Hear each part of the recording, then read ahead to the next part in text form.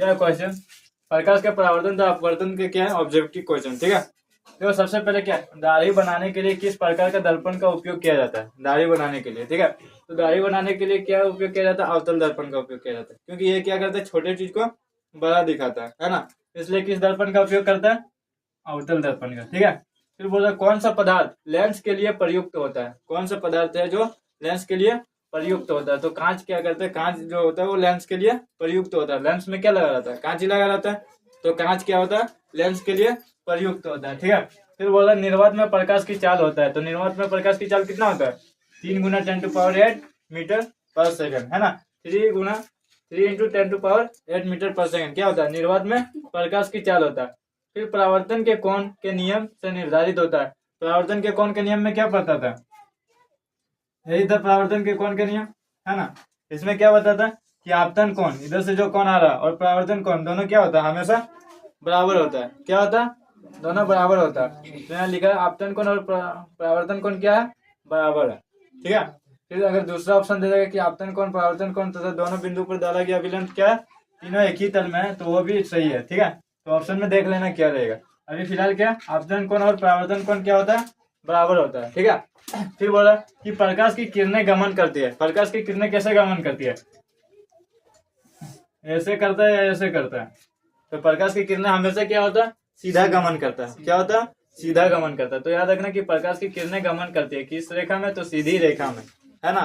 तो ये हमेशा सीधी रेखा में गमन करती है, चाहे इधर से आ रहा है इधर से आ रहा है, ये क्या होगा, सीधे जाएगा, ना कि ऐसे ऐसे जाएगा। ठीक है, तो प्रकाश की किरणें सीधी रेखा में गमन करती है। किसी माध्यम से अपवर्तनांक का मान होता है, किसी माध्यम से अपवर्तनांक का मान होता है, तो क्या होता है, sine i by sine r. क्या होता है, sine i by sine are.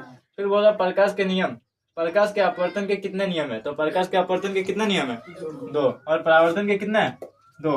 अपवर्तन और परावर्तन दोनों के कितने कितने नियम है, 2 नियम है। ठीक है, तो प्रकाश के अपवर्तन पूछे या परावर्तन पूछे, कितने नियम है उसका, 2 नियम है, कोई दिक्कत नहीं है। फिर बोला उत्तल दर्पण द्वारा बना प्रतिबिंब सदैव होता है, तो उत्तल द्वारा हमेशा कैसा प्रतिबिंब बनाता है, कल पढ़ाया था, तो सीधा बनाता है ना, सीधा और क्या, आभासी बनाता है, सीधा और आभासी बनाता है।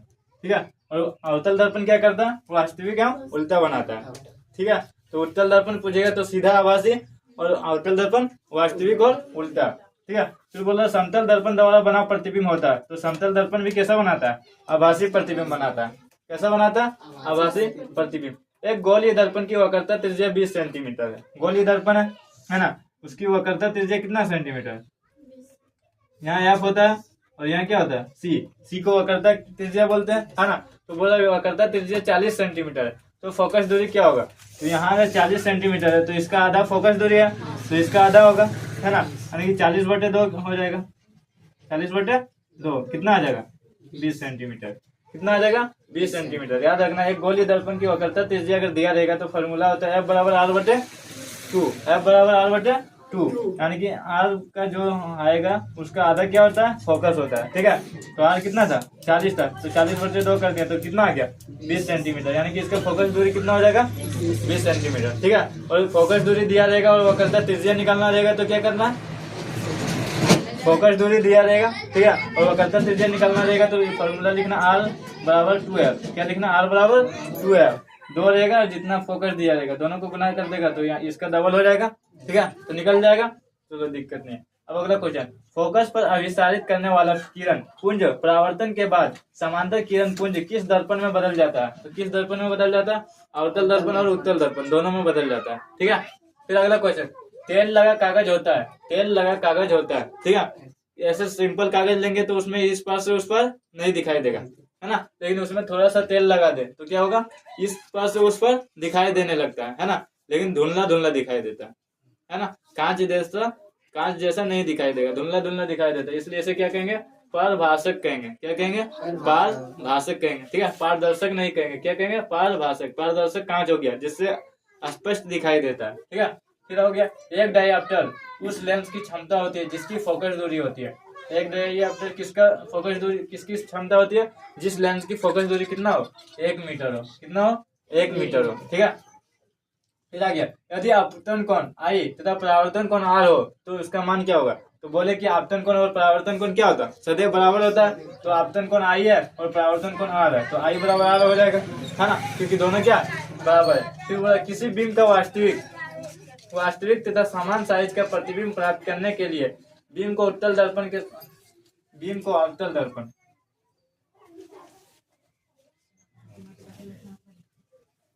ठीक है, अवतल दर्पण के सामने कहाँ रखना होगा।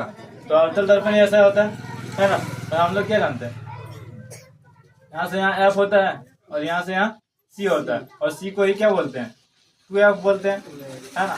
तो क्या होगा कि अगर इस जगह पर सी पे रखेंगे तो वस्तु क्या होता है, समान साइज का बनता है। क्या बनता है, समान साइज का। कहाँ रखें, सी पर, या उसी को क्या बोलते हैं, 2F बोलते हैं। यहाँ से यहाँ एफ और यहाँ से यहाँ 2F, ठीक है। तो अगर इस जगह पर रखेंगे तो वस्तु का जो प्रतिबिंब बनेगा, जितना साइज का वस्तु रहेगा उतना साइज का क्या बनता है, प्रतिबिंब बनता है। तो क्या लिख सकते हैं, 2F पर या सी पर, कोई दिक्कत।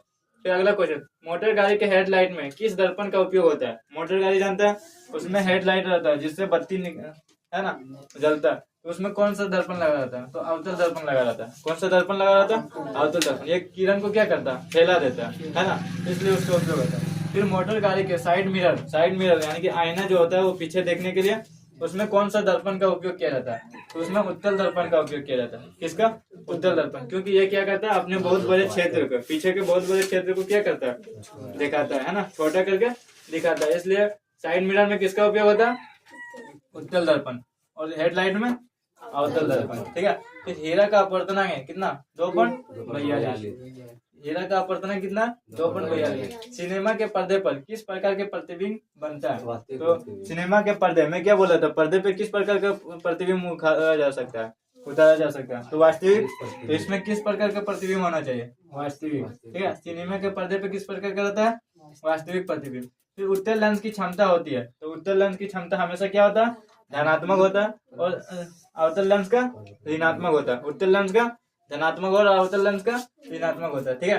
फिर अगला क्वेश्चन क्या, 2 डाईऑप्टर क्षमता वाले लेंस की फोकस दूरी होती है। 2 डाईऑप्टर क्षमता वाले लेंस की फोकस दूरी होती है, तो क्षमता निकालना तो क्या फॉर्मूला होता है, P बराबर 1/F, P बराबर 1/F। तो इसमें क्या निकालना बोल रहा है, फोकस दूरी निकालने बोल रहा है। तो F इधर आ गया, P इधर आ गया, है ना, यानी कि F बराबर क्या हो गया, 1/P, और 1/P यानी कि 1 डाईऑप्टर क्या दिया, 2 दिया हुआ है। ये मीटर में हमको सेंटीमीटर में निकालना, 100 हो गया, तो कितना से कटा, 2 से कटा, कितना सेंटीमीटर आया, 50 सेंटीमीटर। यानी कि 2 डाईऑप्टर क्षमता रहेगा तो वो कितना फोकस दूरी करेगा, 50 सेंटीमीटर करेगा। कोई दिक्कत की क्षमता का सही मात्रक होता है, लेंस की क्षमता का सही मात्रक क्या होता है, डाईऑप्टर होता है, ठीक है। लेंस की जो भी निकालेंगे वो उसको किसमें मापेंगे, डाईऑप्टर में मापेंगे, और इसे डी द्वारा क्या करता है, निरूपित करते हैं, ठीक है। फिर अगला क्वेश्चन, उत्तल लेंस में जब बीम फोकस एवं लेंस के बीच रखी जाती है, क्या उसमें जब बीम फोकस एवं लेंस के बीच रखी जाती है, कहाँ, फोकस और लेंस के बीच, कोई भी लेंस है ना, यहाँ से यहाँ तक फोकस होता है, इसके और इसके बीच में रखी जाती है, ठीक है, तब प्रतिबिंब बनता है। तो प्रतिबिंब जो बनेगा वो कैसे बनेगा, तो काल्पनिक और सीधा बनेगा। कैसे बनेगा, काल्पनिक और सीधा बनेगा, ठीक है। तो किसी लेंस की प्रकाशीय केंद्र से होकर गुजरने वाली किरण के पक्ष में अपवर्तित होती है। प्रकाश केंद्र यही होता है ना, यहाँ से गुजरने वाली जो किरण होगा उसके क्या होगा, अपवर्तन के बाद विचलन नहीं होता। क्या नहीं होता, अपवर्तन के बाद कोई भी विचलन नहीं होता, ठीक है। फिर प्रकाशिक माध्यम कितने प्रकार के होते हैं, तो प्रकाशिक माध्यम कितने प्रकार के होते हैं, 2 प्रकार के होते हैं। कितने प्रकार से होते हैं, 2 प्रकार से, ठीक है। माध्यम बदलने पर प्रकाश के वेग का बदलना कहलाता है, क्या कहलाता है, तो अपवर्तन कहलाता है। क्या बोल रहा है कि माध्यम बदलने से, चाहे सघन माध्यम हो या विरल माध्यम हो, माध्यम बदलने से जो प्रकाश के वेग में बदलाव आता है, क्या होता है, बदलाव आता है, उसे हम क्या कहते हैं, प्रकाश का अपवर्तन कहते हैं। क्या कहते हैं, प्रकाश का अपवर्तन कहते हैं। याद रखना कि माध्यम जब भी बदलेगा प्रकाश में परिवर्तन आएगा, ठीक है। या तो अविलंब की ओर मुड़ेगा, है ना, और या तो क्या होगा, अविलंब से दूर जाएगा, जिसे हम क्या कहेंगे, प्रकाश का अपवर्तन कहेंगे, ठीक है।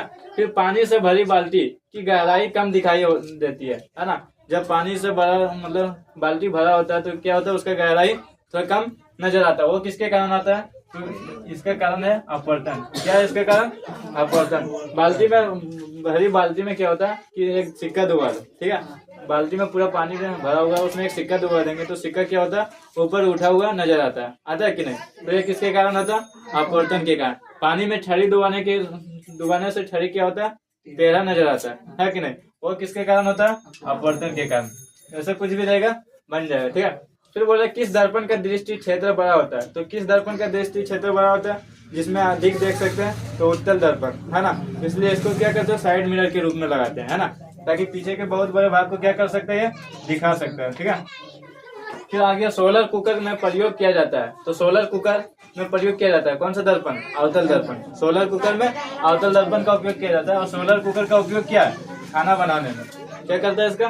खाना बनाने में, है ना। सूर्य की रोशनी को मतलब प्राप्त करके उससे क्या करता है? खाना बनाता है। उसमें कौन सा दर्पण लगाया जाता है? अवतल दर्पण, ठीक है। फिर गोलीय दर्पण की फोकस दूरी, उसकी वक्रता त्रिज्या की आधी होती है। गोलीय दर्पण की जो फोकस दूरी होती है उसकी वक्रता त्रिज्या का क्या होता है? आधी होता है। यानी कि एफ बराबर क्या होता है? R/2। यानी कि एफ जो होगा वो आर त्रिज्या का क्या होगा? आधा होगा, ठीक है। वही आधी होती है। फिर अगला क्वेश्चन, रोगियों के नाक, कान और गाल की जांच डॉक्टर प्रयोग करते हैं। नाक, कान और गाल को देखने के लिए किसका प्रयोग करता है? अवतल दर्पण का। क्योंकि ये क्या करता है? छोटे छोटे चीजों को बड़ा करके दिखाता है ना। जब कान का या नाक का या कहीं का भी ऑपरेशन करता है तो उसमें किस चीज का उपयोग करता है? अवतल दर्पण का, ठीक है। ये अंदर के छोटे छोटे चीजों को क्या करता है? बड़ा करके दिखाई देता है, ठीक है। फिर सूर्य से आने वाले प्रकाश पुंज कैसे होता है? सूर्य से आने वाला प्रकाश का जो पुंज होता है वो कैसे होता है? समृद्ध प्रकाश पुंज। क्या होता है? समृद्ध प्रकाश पुंज। फिर विरल माध्यम में प्रकाश की चाल सघन माध्यम की अपेक्षा होती है, तो क्या होती है? अधिक होती है। विरल माध्यम में सघन माध्यम से ज्यादा तेज चलता है प्रकाश का किरण। क्या होता है? कि विरल माध्यम में प्रकाश की चाल जो होती है वो सघन माध्यम की अपेक्षा क्या होता है? अधिक होती है ना, तेजी से चलती है। फिर आधुनिक क्वांटम सिद्धांत के आधार पर प्रकाश को क्या माना गया? तरंग माना गया। क्या माना गया? तरंग माना गया। और क्या माना गया? कण माना गया, ठीक है। तरंग और कण माना गया किसके सिद्धांत पर? तो आधुनिक क्वांटम के सिद्धांत पर माना गया। कोई दिक्कत?